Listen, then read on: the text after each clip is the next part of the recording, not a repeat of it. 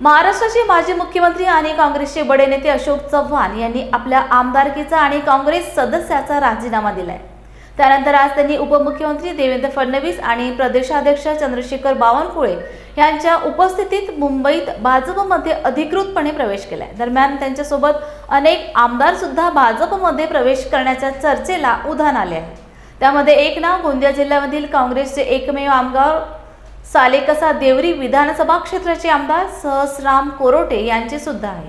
अशोक चव्हाण यांच्यासोबत कोरोटे हे सुद्धा भाजपमध्ये प्रवेश करतील अशी चर्चा होती, मात्र कोरोटे यांनी या चर्चेवर पडदा टाकला। मी काँग्रेसमध्येच राहणार, इतरत्र कुठेही काँग्रेस सोडून जाणार नसल्याचं स्पष्टीकरण कोरोटे यांनी प्रसार माध्यमांशी बोलताना दिले। आज जे अशोक चव्हाण साहेबांनी आज मी तर टीव्ही वगैरे काही बघितलं नाही, पण काही लोकांच्या आपल्या माध्यमातून मला माहीत होत आहे की त्यांनी राजीनामा दिला आहे। पण आम्हाला वाटत नाही की अशोक चव्हाण साहेब असे काही करतील।